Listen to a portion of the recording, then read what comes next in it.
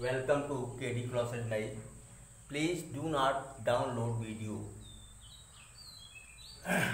Question है numericals based on effect of dielectric in capacitor. में बोला था अगला वीडियो आपको न्यूमेरिकल से भरा हुआ दूंगा, वो भी इफेक्ट ऑफ डाइइलेक्ट्रिक पर, परावैद्युत प्रभाव पर।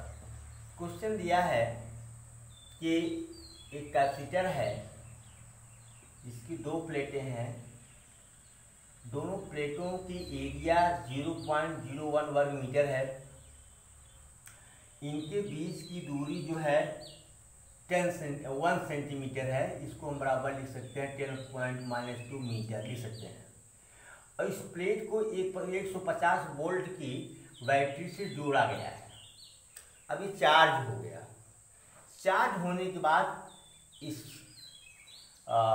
सेल को हटा दिया गया, इसमें एक डाई इलेक्ट्रिक सस्पेंस रख दिया जिसका डाई इलेक्ट्रिक कांस्टेंट 7 है। कह रहा है कि इसका इंटरनल इलेक्ट्रिक फील्ड क्या होगा, इंटरनल इलेक्ट्रिक फील्ड। तो आप देखे होंगे जिसमें पार्शियली फील्ड था डाई इलेक्ट्रिक, उसमें यहाँ पर हमने लिखा था कि EI बराबर E0/K। ध्यान दो, पहले यहाँ लिखा था, वीडियो को देखो तो EI बराबर E0/K। E0 बराबर क्या होता है, V/D × K। V कितना था, 150 वोल्ट था। D कितना है, 10⁻² मीटर है। और K कितना है, 7 बराबर 150 × 10⁻²/7 बराबर 15 × 10⁻³ वोल्ट प्रति मीटर। इसको मैंने एक बुक में देखा, ये पूरा एक पेज में लगाया हुआ है, एक पेज में। भाई देखिए, अगर कॉन्सेप्ट क्लियर है, यहाँ इसकी मोटाई वगैरह कुछ नहीं दिया है। अगर कॉन्सेप्ट क्लियर है कि अगर डाई इलेक्ट्रिक सब्सटेंस हमने रख दिया तो उसका इंटरनल इलेक्ट्रिक फील्ड क्या होगा, E0/K। अब पता होगा कि E0 का डायरेक्शन ये है, और जो EI है इसका डायरेक्शन ये है।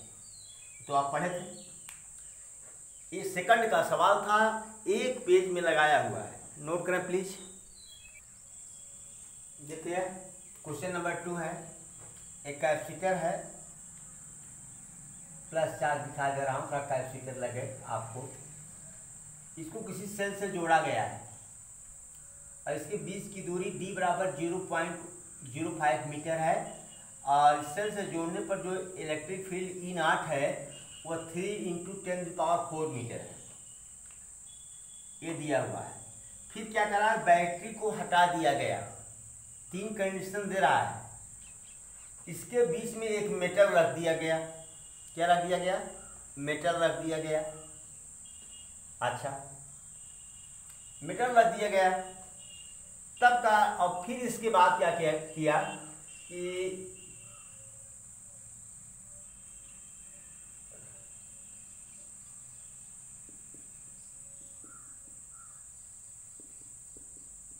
देखिए भाई, थोड़ा सा ये कैपेसिटर है ये। फिर इसमें डाई इलेक्ट्रिक रख दिया गया जिसका डाई इलेक्ट्रिक कांस्टेंट 2 है, परावैद्युतांक 2 है। एक परावैद्युत पदार्थ रखा गया है। तीनों स्थितियों में विभवांतर पूछा है। ये भैया V1 बराबर क्या होगा, E0 × D। बोलो, E0 3 × 10⁴ है। D कितना है, D कितना है 0.05, तो 0.15 × 10⁴ वोल्ट। इसको और भी कर सकते, 10 से गुणा कर दीजिए तो 1.5, 10 से भाग दीजिए 10⁻³ वोल्ट। ये आपका हो गया V1, ये आपका हो गया V1। और किताब जो रखा गया है, किताब में ये कह रहा है कि यहाँ पर हमने रख दिया है मेटल ना, यहाँ पर उसने जो V2 कैलकुलेट किया है V2 1200 वोल्ट कैलकुलेट किया है। कितना? 1200 वोल्ट कैलकुलेट किया है। और ये आ गया यहाँ पर, अगर करेंगे तो 1500 वोल्ट। कितना होगा? 1500 वोल्ट हो जाएगा ये। अच्छा, तो मेटल के रखने पर इलेक्ट्रिक फील्ड जरा देखिए क्या हो जाएगा। EI दिख रहा है कि नहीं? यहाँ पर आपको यही शंका दिख तो रहा है बहुत बढ़िया से। EI बराबर E0/K, ओके, बराबर E0/, दैट्स 0। इसके अंदर इलेक्ट्रिक फील्ड कितनी है? 0 है। कितनी है? 0 है। और हम बताए थे, क्योंकि ये पूरा भरा नहीं है, अगर ये पूरा भरा होता, क्या होता? ये पूरा भरा होता, इस पर जितना इस पर प्लस चार्ज है उतना ही इस पर माइनस चार्ज आ जाता। जितना इस पर प्लस चार्ज है उतना ही इस पर माइनस चार्ज है, इस पर जितना उतना ही इस पर प्लस चार्ज होता। मिला जुला के नेट चार्ज कितना होता? 0। मिला जुला के नेट चार्ज कितना होता? 0। अगर फुलफिल्ड होता तब, क्योंकि ये फुलफिल्ड नहीं है। यहाँ पर D 0.05 मीटर है, यहाँ पर D जो है 0.01 मीटर है। T, इसकी मोटाई T इतना है, यानी बीच में एयर है। बीच में क्या है? एयर है। इसलिए इसके चार्ज जो होंगे वो डिस्चार्ज नहीं होंगे, ठीक है, निरावेशित नहीं होंगे। तो ये तो इलेक्ट्रिक फील्ड तो क्या हो गई? 0। अच्छा, अगर VI निकाल लें बेटा, VI क्या हो जाएगा? 0। VI निकालें तो इंटरनल इलेक्ट्रिक फील्ड क्या होगी? 0। ध्यान दो, तो जब इसका इलेक्ट्रिक फील्ड ही 0 हो गया इसका, तो पोटेंशियल भी 0 हो गया। विभवांतर तो इतना ही रहना चाहिए। बोलो भाई, विभवांतर कितना होना चाहिए? इतना।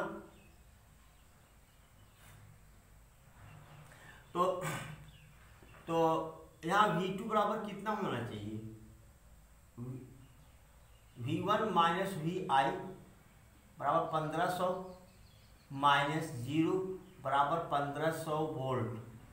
1500 वोल्ट ये होना चाहिए V2, ये होना चाहिए V2 भी इतना ही होना चाहिए। अरे भाई, हम कहते हैं कि जब ये मेटल है, इसका परावर्तनांक इन्फिनिटी है, तो इलेक्ट्रिक फील्ड कितनी हो गई? 0। अगर इलेक्ट्रिक फील्ड अगर 0 है, इलेक्ट्रिक फील्ड 0 है, तो इसके बीच का पोटेंशियल कितना होगा? 0 होगा। तो ये पूरा पोटेंशियल डिफरेंस जो है ये 1500 वोल्ट है, तो ये भी V2 1500 वोल्ट होना चाहिए। और बुक में दिया है क्या? 1200 वोल्ट। और लगाया कैसे है कि V2 बराबर, ये लगाया कैसे है कि V2 बराबर E minus D minus T कर दिया है। E तो आपका दिया हुआ है 3 × 10⁴, D दिया हुआ है आपका 0.05 माइनस 0.01 बराबर 3 × 10⁴ × 0.04 बराबर 3 × 10⁴ × 4/100, यानी 12 × 10⁻² बराबर 1200 वोल्ट। कितना दिया है? 1200 वोल्ट। ये बेटा ये कब होता? ये तब होता जब ये डाई इलेक्ट्रिक होता। ध्यान दीजिए, ये कब होता? जब ये डाई इलेक्ट्रिक सब्सटेंस होता। सुन भाई बात, जब ये डाई इलेक्ट्रिक सब्सटेंस होता तब ये 1200 वोल्ट आता, तब मैं मानता इसको, ठीक है। लेकिन ये मेटल है, इसका परावर्तनांक अनंत है ना, तो मेरे ख्याल से यहां सारे चार्ज को समाप्त हो जाना चाहिए और भी कितना आना चाहिए? 0। सारे चार्ज को समाप्त हो जाना चाहिए। अगर चार्ज समाप्त नहीं भी हुआ तो कम से कम पोटेंशियल तो, क्योंकि यह इलेक्ट्रिक फील्ड 0 हो गई, इलेक्ट्रिक फील्ड इसकी क्या हो गई? 0। यहाँ कोई चार्ज ही नहीं है, यहाँ कोई, जो इलेक्ट्रिक फील्ड 0 है इसका मतलब इस पर कोई चार्ज नहीं है। एकदम लकड़ी की तरह रखा हुआ है। किसकी तरह? लकड़ी की तरह रखा हुआ है। ये कुछ है ही नहीं, ये कुछ है ही नहीं। तो बताओ हम किताब का माने कि ये माने? आप लोग खुद सोचो, अगर इसका इंटरनल इलेक्ट्रिक फील्ड जीरो है तो पोटेंशियल ये क्या होगा? वी कितना होगा? जीरो। वी कितना होगा? जीरो। जब इसका वी जीरो है, इसके कारण पोटेंशियल डिफरेंस जीरो है, तो इस प्लेट का तो पोटेंशियल डिफरेंस नहीं बदलना चाहिए। इस प्लेट का पोटेंशियल डिफरेंस नहीं बदलना चाहिए। आई बात समझ में? इसका पोटेंशियल डिफरेंस नहीं बदलना चाहिए, ठीक है। और होना ये चाहिए, सही सही बात ये है कि होना ये चाहिए कि अगर इसका इलेक्ट्रिक फील्ड जीरो हो रहा है तो इसका मतलब इसमें कोई चार्ज पोलराइज्ड हुआ और चार्ज समाप्त हुआ। इसका मतलब कि यहाँ पर जो V2 होगा, ध्यान दीजिएगा,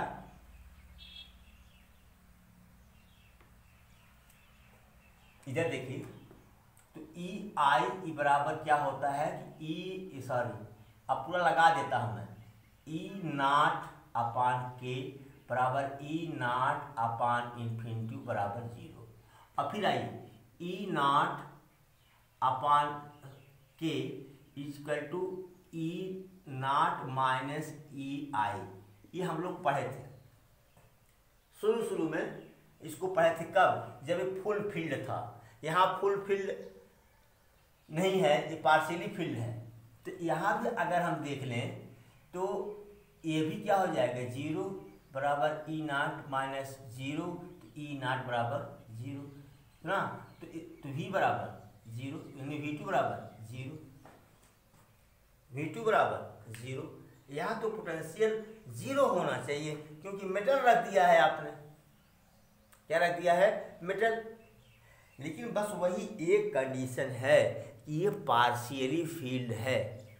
ये क्या है? पार्शियली फील्ड है। अगर पार्शियली फील्ड है, अगर इसकी इलेक्ट्रिक फील्ड 0 हो रही है, इसका मतलब ध्यान दो, पहले यहाँ पर माइनस चार्ज आना चाहिए था, यहाँ पर प्लस चार्ज आना चाहिए था। ध्यान दो, पहले प्लस चार्ज आना चाहिए था। अब अब इलेक्ट्रिक फील्ड ऐसे EI होनी चाहिए थी, ध्यान दीजिए। और यहाँ EI जो है वह EI 0 बता रहा है। इसका मतलब ये चार्ज नहीं है। अगर ये चार्ज नहीं है तो गए कहाँ ये चार्ज? ये चार्ज जो ये प्लस चार्ज था, पूरा का पूरा, जितना माइनस उतना प्लस, ये इसको डिफ्यूज कर दिया, और जितना प्लस उतना माइनस, ये इसको डिफ्यूज कर दिया।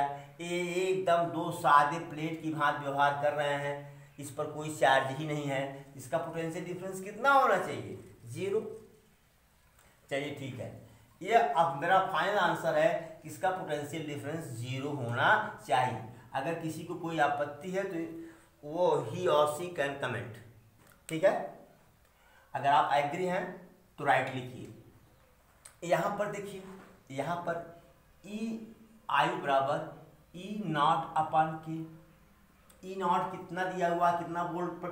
3 × 10⁴, 3 × 10⁴/2 और 1.5 × 10⁴ वोल्ट प्रति मीटर। और D तो वही है, D वही, डिस्टेंस नहीं बदला गया है। तो यहाँ V3 बराबर क्या हो जाएगा? सॉरी यार,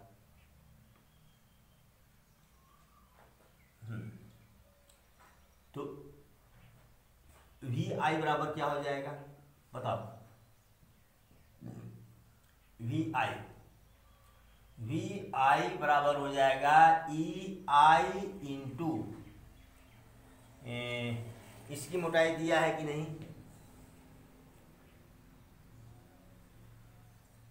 प्लेट के स्थान पर, प्लेट के स्थान मतलब है 0.01 मीटर दिया गया है। चलिए, इसके लिए तो डाई इलेक्ट्रिक है ना, इसके लिए फार्मूला है V3 बराबर E into D - T + T/K, ठीक है। तो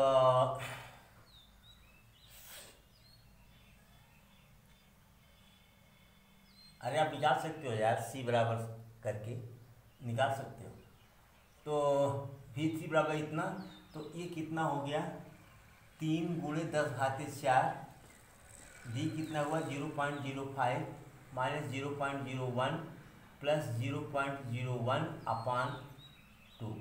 इसको सॉल्व करेंगे 1350 वोल्ट आएगा, इसको सॉल्व करेंगे तब। लेकिन यहाँ पर मुझे डाउट है, यहाँ पर V2 0 होना चाहिए, क्योंकि इलेक्ट्रिक फील्ड इसके अंदर क्या हो रही है 0, इलेक्ट्रिक फील्ड क्या हो रही है 0, ठीक है।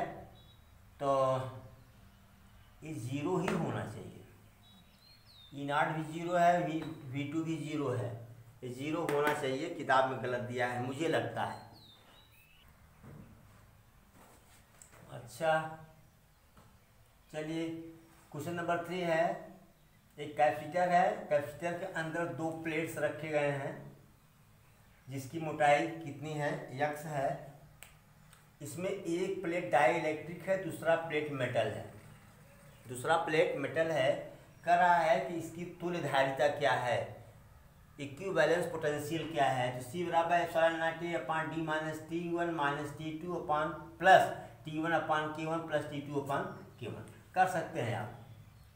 ε0A/d minus x plus T1/K plus T2/∞ बराबर क्या हो जाएगा ε0A/d माइनस 2x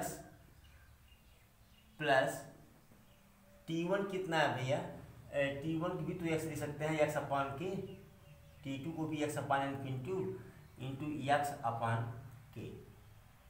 ये हो गया क्या CE बराबर या C बराबर, ये आपका हो गया आंसर। Note it please. चलिए, एक कैपेसिटर है जिसके बीच की दूरी d है और इसमें 2 डाई इलेक्ट्रिक सब्सटेंस रखे गए हैं। एक मोटाई d/2 है, दूसरे की मोटाई d/2 है। इसका डाई इलेक्ट्रिक कांस्टेंट परावैद्युतांक K1 है, इसका परावैद्युतांक K2 है। ये जनरल क्वेश्चन है। कह रहा है कि find the equivalence capacitance between P and Q, P और Q के बीच तुल्य धारिता ज्ञात कीजिए। तो इसके लिए तो फार्मूला ही पर्याप्त है कि C बराबर होता है ε0, जहाँ A इसका क्या है, दोनों प्लेट की एरिया है, ε0A/d minus d/2 minus d/2 plus d/2K1 plus d/2K2। ये आप कर सकते हैं। ये तो हो गया क्या है आपका 0 बराबर क्या हो गया, ये ε0A/d/2 अगर कॉमन ले लें तो 1/K1 प्लस 1/K2। जरा देखें कि दिख भी रहा है कि नहीं दिख रहा है, दिख तो रहा है यार किसी तरह से, ठीक है। तो ये बराबर क्या हो जाएगा, 2 तो चला जाएगा ऊपर, 2ε0A/, d तो बेचारा रहेगा। इसको जरा हल कर लो, इसको अगर हम हल कर लें तो K1 प्लस K2/K1 K2 हो जाएगा। तो 2ε0A K1 K2/d K1 plus K2, ठीक है। तो ये हमारा हो गया क्या फार्मूला से, ठीक है, सीधा सीधा। एक और मेथड है, इसको नोट करें पहले। एक और मेथड है, कॉम्बिनेशन ऑफ कैपेसिटर आपने पढ़ा है। अगर यहाँ से हमने Q चार्ज दिया तो यही चार्ज इसमें भी जाएगा, यही चार्ज इसमें भी जाएगा। इसका मतलब ये दोनों डाई इलेक्ट्रिक जो है क्या है, ये सीरीज में है।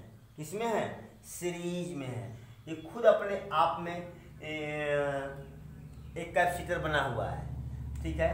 तो C' पहले निकालता हूँ, ये C1 निकालता हूँ कि C1 कितना हो जाएगा ε0A/d/2 इंटू K1 होता है बराबर 2ε0A K1/d। और C2 बराबर क्या हो जाएगा, epsilon not 2 epsilon not A K2 upon D। बोल भाई क्यों कांस्टेंट का फर्क है, डायरेक्टली कांस्टेंट का फर्क है। अब दोनों सीरीज में है तो 1/c equal to 1/c1 plus 1/c2।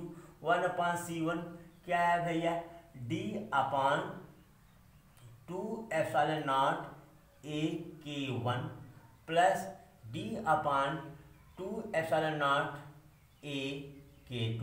Common क्या हो जाएगा, d upon 2 epsilon not A, तो क्या बचेगा 1/K1 प्लस 1/K2। देखिए बहुत उपयोगी मेथड है, बहुत उपयोगी मेथड। अभी क्वेश्चन दूंगा मैं आपको। अब देखिए d upon 2 epsilon not A, ये हो जाएगा आपका K1 plus K2 upon K1 K2 ना। 1/c है ये, तो c बराबर क्या हो जाएगा, ये ऊपर चला जाएगा 2 epsilon not A K1 K2 upon D K1 plus K2। अक्सर मैं सवाल हल करूंगा तो ज़्यादा प्रयोग तो यही करूंगा कि सीरीज में है कि पैरेलल है, ऐसे ही जोड़ दूंगा। Note it please. चलिए, एक कैपेसिटर है, दोनों प्लेट्स की एरिया A है, दोनों प्लेट्स की एरिया कितनी है, A है। इसके आधे भाग में ऊपर की तरफ एक डाइलेक्ट्रिक सब्सटेंस भरा हुआ है, एक परावैद्युत पदार्थ भरा हुआ है, आधे से निचले भाग में दूसरा परावैद्युत पदार्थ भरा हुआ है। अच्छा ठीक है, इसका परावैद्युतांक Q1, इसका परावैद्युतांक K2। ठीक है, तो एरिया भी तो बढ़ जाएगी, A बाई हाफ। ठीक, एरिया तो बढ़ गई, D तो वही रहा भैया आपका, D नहीं चेंज हो रहा है। अब जरा देखिए, अगर यहाँ से हमने Q चार्ज दिया तो दो भागों में बढ़ जाएगा, Q1 और Q2। ये दोनों किस सीरीज में है, पैरेलल में है। किस ऑर्डर में है, पैरेलल है। किसमें है ये, पैरेलल में है। पहले मैं C1 निकाल लेता हूँ, क्या, एप्सिलॉन नॉट A बाई 2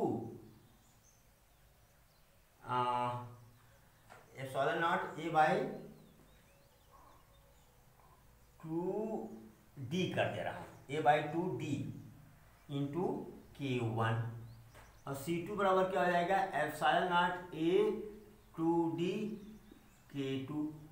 ठीक है, कोई दिक्कत नहीं है यार। C बराबर होता है भाई साहब epsilon not A upon D into K। A की जगह A बाई 2 कर दिया तो 2D हो गया।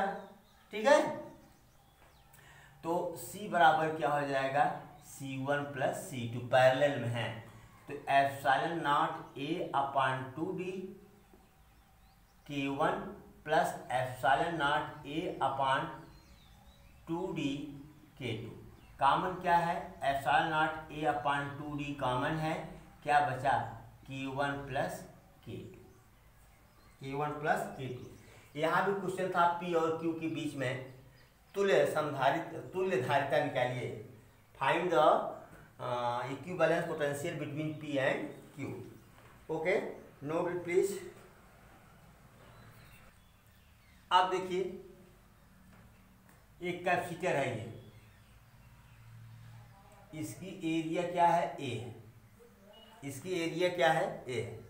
आधे भाग में मतलब A बाई 2 एरिया वाले भाग में एक डाई इलेक्ट्रिक भरा हुआ है जिसका परावैद्युतांक K है, डाई इलेक्ट्रिक कांस्टेंट K है। फिर इधर से एक आधा कर दिया हमने, तब एक चौथाई भाग हो गया ये। इसमें एक डाई इलेक्ट्रिक कांस्टेंट भरा हुआ है जिसका परावैद्युतांक डाई इलेक्ट्रिक भरा हुआ है जिसका डाई इलेक्ट्रिक कांस्टेंट K2 है। इसमें भी एक डाई इलेक्ट्रिक भरा हुआ है जिसका डाई इलेक्ट्रिक कांस्टेंट K3 है। ये दूरी D बाई 2, ये दूरी D बाई 2, मतलब दोनों प्लेटों के बीच की दूरी क्या है, D है। कर P और Q के बीच में, P और Q के बीच में हमको निकालना है क्या, इक्विवेलेंस पोटेंशियल, तुल्य धारिता। तो पहले तो हम C1 निकालेंगे भैया, C1 epsilon not A upon D K1। अच्छा, यहाँ तो जो ए है वो क्या है, a/2 है, तो by2 हो जाएगा, कोई दिक्कत।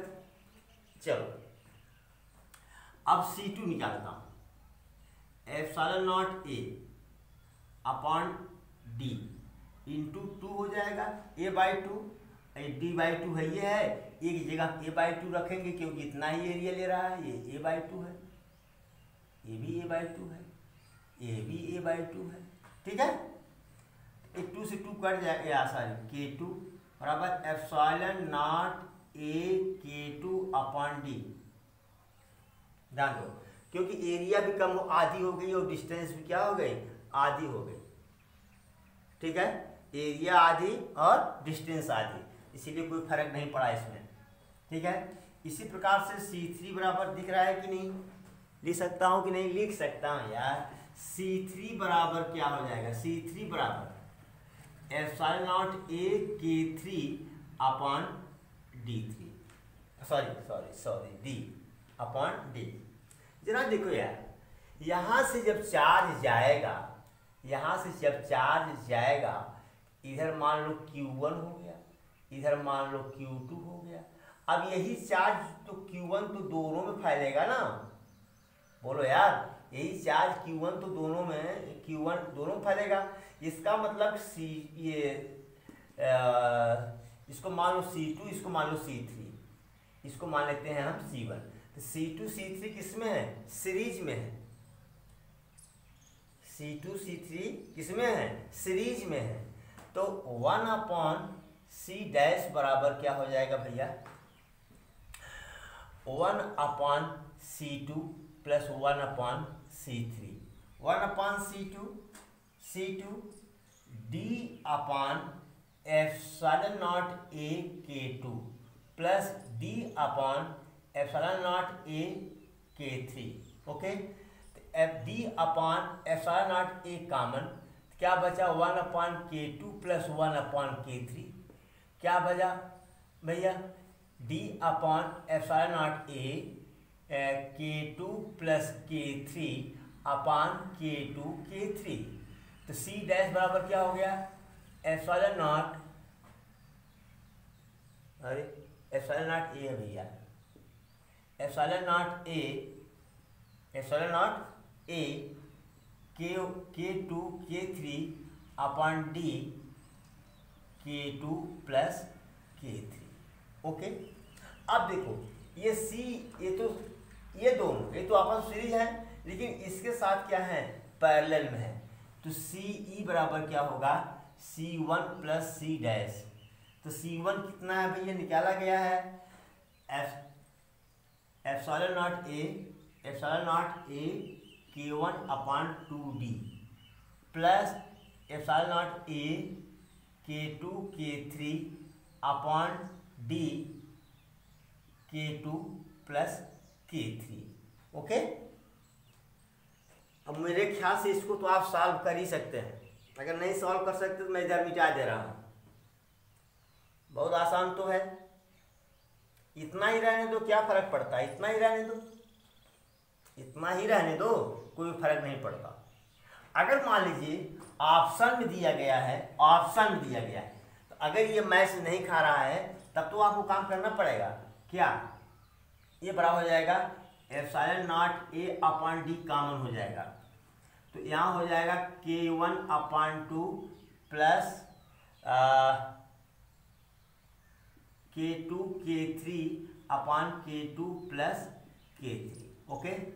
तो बराबर epsilon not a upon d, तो इसका गुणा इसमें हो जाएगा, क्या होगा, K1 K2 plus K1 K3 plus 2K2 K3 upon 2K2 plus K3। चलो भाई, इतना आंसर आ जाएगा, और क्या होगा, नोट इट प्लीज। अगला क्वेश्चन है, draw graph between E and D, जहाँ E इलेक्ट्रिक फील्ड है, D distance between both plates of capacitor for a capacitor given below. ये दिया गया है नीचे, देखिए कैपेसिटर है, इस पर प्लस क्यू चार्ज, इस पर minus Q charge, suppose that. और ये डाई इलेक्ट्रिक कॉन्स्टेंट है, सॉरी डाई इलेक्ट्रिक सब्सटेंस है जो ये माइनस प्लेट से सटा हुआ है, माइनस प्लेट से सटा हुआ है, इसलिए इसकी जो मोटाई है वो डी है, और ये जो खाली स्थान है वो क्या है, डी है। अब दोनों प्लेट के बीच की दूरी कितनी है, 2d, ये तो हमको अप्लेस कर लेना है। अच्छा यहाँ तो ई नॉट होगा ना भैया, इधर बोलो ई नॉट होगा, और यहाँ पर अपने मत लिखा हूँ कि ई आई बराबर क्या हो जाएगा, ई नॉट के। इसका मतलब कि डी दूरी तक इलेक्ट्रिक फील्ड, अगर मान लीजिए कि अगर ये ई नॉट है, ये डी दूरी तक तो ये कांस्टेंट रहेगा, डी दूरी तक कांस्टेंट रहेगा। इसके बाद फिर डी दूरी तक घटेगा, थोड़ा सा घटेगा और घट करके कहाँ, ए या, तो ये क्या हो गया आपका, ये वाला पोर्शन ई नॉट अपॉन के, यही ई और डी के बीच का ये क्या हो गया, ग्राफ। ठीक है, गाढ़ा भाग हमने दिखाया है, ये गाढ़ा वाला भाग ये शो कर रहा है इलेक्ट्रिक फील्ड और डी के बीच की दूरी। अच्छा नोट कर लें, अभी इसी को क्वेश्चन अभी चेंज करते हैं, वी और डी के बीच में, अरे यार ई एंड डी, ठीक है। अब पोटेंशियल के लिए भी ग्राफ ड्रा कर लेते हैं, इतना नोट करें पहले। अब हमको करना है V और D के बीच ग्राफ निकालना है। तो मान लीजिए D बराबर 0 पर इस समय पोटेंशियल कितना था, इसका पोटेंशियल V था, या V नॉट कर सकते हैं आप इसको, D बराबर 0 पर। आपको पता है कि जैसे प्लस प्लेट से जब माइनस प्लेट की तरफ जाएंगे तो पोटेंशियल गिरेगा, पोटेंशियल क्या होगा, इधर जाएंगे तो गिरेगा। ठीक है, यहाँ पर तो डाइलेक्ट्रिक के अंदर जो है V जो होता है V नॉट अपॉन के हो जाता है। ठीक है, इन डिस्टेंस बढ़ने पर ये फार्मूला मत जाइए कि D बढ़ने पर जो है V जाएगा, क्योंकि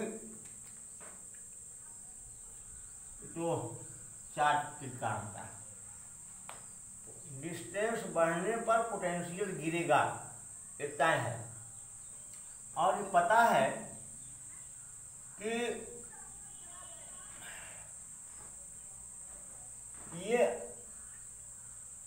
आकर के V बराबर V not E not D हो जाएगा, ई नॉट डी कहाँ, डी दूरी पर, कहाँ, डी दूरी पर, यह जान लीजिए यही है। यहाँ से ऐसे ही पोटेंशियल आकर के क्या होगा, ये गिरेगा। स्ट्रेट लाइन है भाई, कब रहा हाथ, ये स्ट्रेट लाइन है आपकी, ये यहाँ तक गिर रही है। इसके बाद फिर इतना दूरी तक और तेजी से घटेगा, और तेजी से घटेगा, ऐसे आएगा।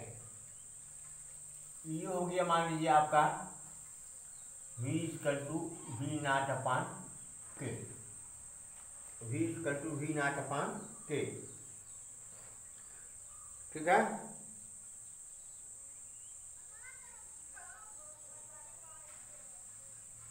ठीक है, ये इसका ग्राफ का। अगर कोई एंगल आपसे पूछे, ये θ1 है, ये क्या है, θ2 है। अब तो हमारे समझ में एक बात ये नहीं आती, यहाँ ग्राफ का विभव का गिरना दिखा रहा है ये, और डाइलेक्ट्रिक कांस्टेंट के अंदर आपने देखा था कि V बराबर V नॉट अपॉन के था, हम लोग कैलकुलेट किए थे। यहाँ और तेजी से गिरेगा, क्या होगा, और तेजी से गिरेगा ना। ये कर्व ज़्यादा है, ये ज़्यादा उठा हुआ है, ज़्यादा दबा हुआ है। इसका मतलब क्या हुआ, अगर θ1 है θ2 है तो θ1 इज ग्रेटर देन θ2, θ1 ज़्यादा होगा θ2 से। ठीक है, नोट कर लें प्लीज, खूब पढ़िए, मेहनत करिए, आगे बढ़िए। Thank you so much.